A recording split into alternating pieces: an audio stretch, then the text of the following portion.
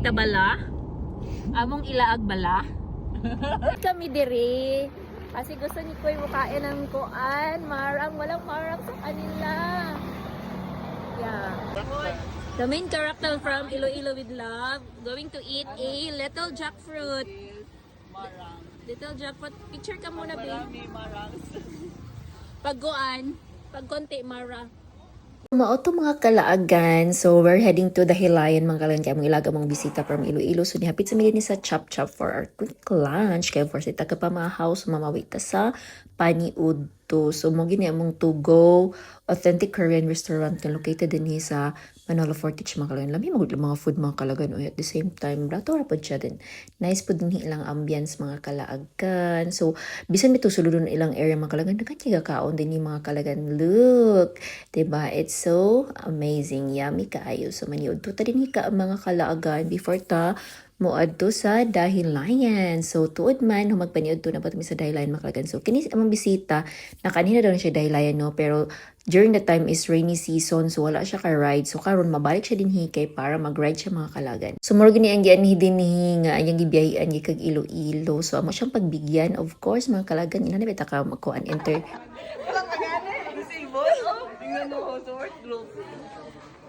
Para kang kuan. So, siya ra nag-rides tanan mga kagano. So, kami maghulat lang bitinhi ka itry ni tanan ang zip line. And then, itry pod niya ang katong razorback. And then, ang pinakalas is ang drop zone. So, kami mag-video-video rami din kay mga ate man niya. O, diba? So, siya lang gyud kay nakatry naman tani mga kalagan. So, ito nang pagbigyan na itong bisita mga kalagan. So, proud po kay tanong ako ni Manhin sa Bukidnon na agad tayo mapalaagan sa atong mga bisita mga kalagan. So, daghan din ni malaagan sa Bukidnon din. Isa gid ni ang dahilayan nga anhianan gid ni siya mga kalagan. So, part po ni dahilayan sa mga tour packages mga kalagan.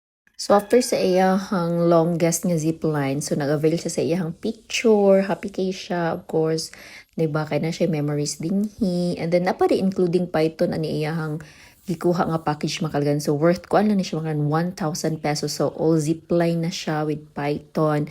And then, nagduwag lang din siya og sa razorback then sa drop zone mga kalagan. O, diba? So, as in supportive, brigid kami din sa iyang mga ganap sa life mga kalagan.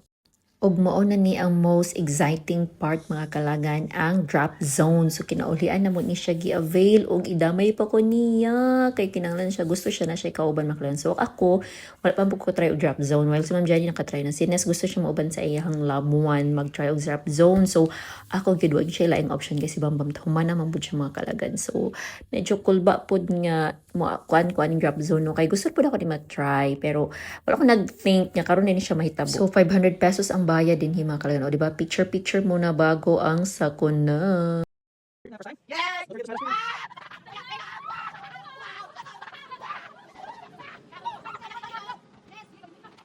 3, 2, 1, go! 3, 2, 1, go!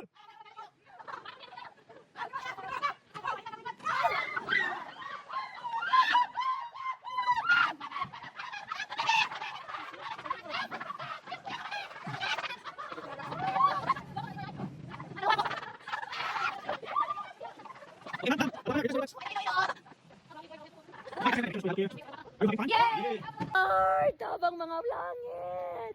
Hadlok ang first nga release. Oh, gagurog akong tuhod. What? Ano, nakaihi? So mauto, klaro magiging yun nga hadlok minus. So din hiambak-ambak. Mura ra gyud na hitabo nga gipanglusapan taon misa mong gibuhat nga Drabson. Pero you must try it mga kalagan. So after sa Dahilayan Adventure Park, din po sa Forest Park mga kalagan. Kaya gusto siya matry sa Rainbow Slide. And this time, si Ma'am Diany nagitiyang kauban mga kalagan. Kay human naman ko ani, nakatry na ko last December. Ambot ba, suki na yung Dahilayan karon nga tuig. Kay moragaduhan ako din last year, end of the year ko nakaanihi din nasundan dayon og katong kami ni Ma'am Deb and then karon o diba ba dahil lang yan bakya naman susuguan na pud mi dinhi suki na kay mi dinhi so igo na din mi nagsuroy-suroy picture a little dinhi sa ubos kay of course picture perfect makadili nga area mga kalagan. So, moro to mong dahilan mga kalagan, no? So, ang mga zipline na gid try. So, diba mga kalagan? So, next stop na mga kalagan is ang Ricardo's by Kusina Higala. So, din hina mo magkuhan na din mga kalagan mga pirami and then mags na kay sa Antonios man to mga kalagan. Pero close man siya, that's why nakaabot mi din hi sa Ricardo's. And of course, proud po tang ihapit din hi kay very nice pag nga restaurant mga kalagan. At the same time, lami po yung mga food mga kalagan. Highly recommended po ni mga kalagan kung naay mga bisita from other kuan kanang city nga mo ani dinhi sa Bukidnon mga kalagan. So nag-order na sila og kape. So kape lang natakdan na jud pahinga pi nila no. So na dami nigi-order mga kalagan niya pinaki with a twist o diba pinaki nga sizzling with a top of ice cream and then now din na siya caramel nga butangan pa din na siya og almond which is grabe lami kay mga kalagan ay perfect. So, second time around, ako din mga kalagan sa Ricardo's mga kalagan. So, last time nag-lunch mi din and then na-try po na mo ilang mga food. Lamig po kayo mga kalagan. And then now, ang coffee nila and the dessert is very amazing. It's so yummy mga kalagan. O, diba? Klaro kayo sa nawang char lang. So, right after na mo sa Ricardo's mga kalagan, hapit na po mi din sa Del Monte, sa ilahang pasalubong center. O, diba? Kay, of course, muli man siya Iloilo. So, kung nadala siya mga pasalubong gawin din sa Bukidnon, magdala po siya pasalubong pa uli mga kalagan. So, kung the perfect place to be, din hinagid sa Del Monte mga kalagan. Kay, mga pinya gini halos din ilang mga flavors ilang food and anyway daghan pud kay diversified yapon kay siya daghan yapon kag pwede paliton din aside sa mga flavor nga pinya which is only here made in Bukidnon mga kalagan. So para sa mong panihapon mga kalagan nagtipid-tipid na mi din hinami sa rib shack mga kalagan di ba kay nag-chop-chop mi and then nag-Ricardo's pagid mi so wala mi kwarta so din mi sa rib shack kay yummy na siya lami na barato pagid mga kalagan o di ba so di na kita mag heavy meal kay kuan naman, matulog naman ta, pero anyway, na pa may plano after sa mong panihapon, mga grabe, compact, yung kanya mo schedule pang 20 years old na pod ni nga itinerary ang mga auntie. So of course, kaya naman tagagayan di Oro, wala ta sa bukid. So dinhimi magstay karon mga kalagan. Dinhimi mag-spend sa mong night sa Avida Tower Aspira mga kalagan. So look, so muna atong quick room tour mga kalagan. O diba? So 5 mi ka buok. O diba? Look how spacious it is. And kompleto pa siya amenities, na pa siya mga towel and everything, na po'y food, na po'y free coffee din mga kalaagan, o diba? And just like that, naka-change outfit na tayo. Yes, mga kalagan. Amo ang plano pag yun nga i-insert karon yung day is ang pickleball na mo. Kaya taod-taod na tawa ka pickleball mga kalagan. Kay, of course, bisi-bisihan ang mga kalaagan. So, naami karon ni sa SM Uptown mga kalagan. So, nakabook mi isa C1 Sport Complex mga kalagan. Kaya nga no, as in puno-puno, yun, ay, naunsa naman yung mga people addict na makag-pickleball, di nata ka-insert. So, naami din so, din may spend. So, mga 2 hours ang amo ang gibook din mga kalaagan. So, 10 p.m. to 12 midnight. O, diba? Marag mga wakwakon lang. Gusto lang madulag pickleball. So, medyo taod-taod na gitawa kadula mga kalaganuan. It's so amazing na nakapasingot na po balik. At the same time, medyo ni-improve to gamay. Char. Based lang po sa mga standard na improve gamay. But anyway, kini mo amang kalagan is pasingot lang yun. And then, banding-banding, enjoy lang po. Gani po na mga kauban from Iloilo is master po ni siya og pickleball mga kalagan. So, among i-try yung skills din mga kalagan. O, diba? So, after 2 hours na humay na mga kalagan, manguli na mi, ug medyo napingis pa mi sa 2 hours, kasi karon yun, muli ngawa ay mas dagan ni katawa kaysa among pagdula, as in bibo kaayo, maka-amaze mga kalagan. So, alas 12 sa gabi, inagid mi nakagawas, no, pero mura pa yung alive alert awig enthusiastic pagid ni mga kalagan. So, mura ito mga kalagan for the day. Tada, good morning! Day to here at Cagayan de Oro. Okay, today, schedule na to is, ihatod na to si Koy sa airport mga kalagan. But prior that, napagiti pang atuan mga kalagan. Okay, of course, laag bayaan ni din. Talag sa siya man, hindi ni Bukidnon. So, from training sa RTC 10, ahi pa siya nakabalik mga kalagan. So, good morning, Ma'am Diani. So, pag mata na mo, nanami food, diba? Thank you na sa Jam. So, siya ang nagsayo og mata kay nag-prepare sa among pamahaw. Kaya para makatipid yun ta. So, magluto lang ta. Kaya pwede man magluto din sa kondo mga kalaagan. So mga unta mga kalaagan, mamahaw ta. So kuan lang sa tayo, mag-cheat day lang sa ta today mga kalaagan. Kaya di may pamahaw pero kay kinahanglan talagang kusog para sa tong laag. So dapat mamahaw ta mga kalaagan. And just like that, quick fit check mga kalagan. So, order naman sa Shein sa akong top. And then, ang akong kuan is Lovito po na akong short mga kalagan. O sige, we're getting ready na and we're heading to the airport. But prior that, dapat tayo panghapitan. So, hapit pa yung Divine Mercy mga kalagan.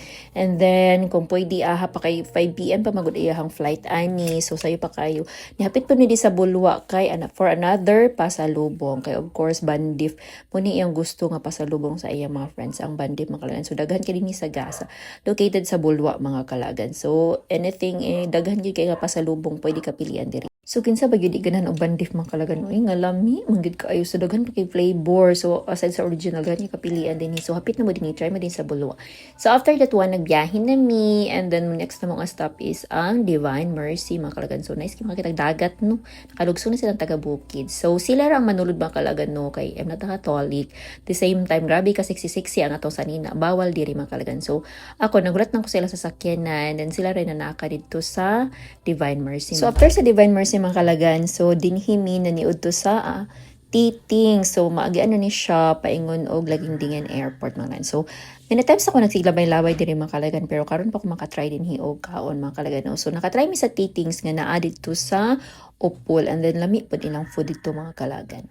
So mag-seafood lang sa ta mga kalagan no and then magtipid-tipid pud ta mga kalagan. So lami ang ambience ni kay of course facing the ocean. Ya kita nga taga Bukid ginan kita mag kaon-kaon ani na view sa ocean mga kalagan oy.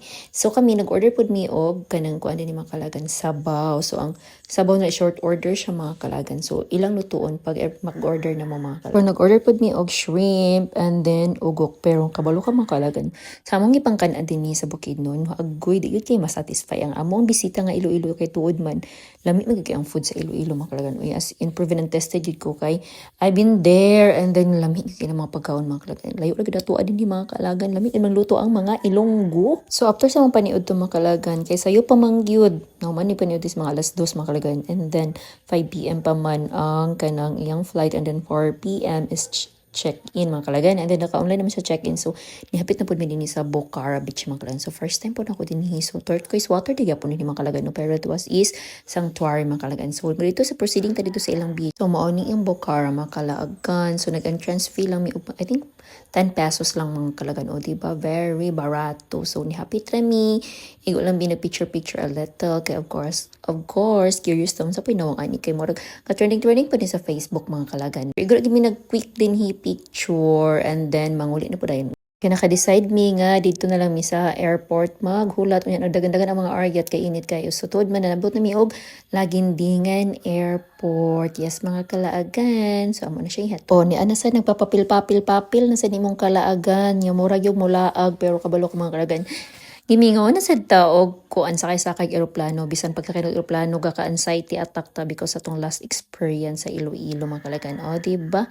Pero lamig kay maglaag. Uy, kwarta ra wala sa ato mga kalagan. So that's time na nga mo uli na si Kuy. Bye Kuy, nag-crying lady pag ang bata ay mura gid siya nagwala gid minya gisumpa sa una nga tactics paminian no. Pero salamat niya po mga kalagan no nga bisan og kanang among isang away-away yun sa una, butan niyo po kay sila o ilagay po mga bisita on kay part po sa training mga kalagan. So sabi tamita mahuman sa tong voice over mga kalagan, o dagan kitag background music. So Maratokoy, thank you for visiting Bukidnon and thank you sa pagbalik sa mga tactics ng mga maldita. And thank you, Amping Koy, halong kagid. Bye!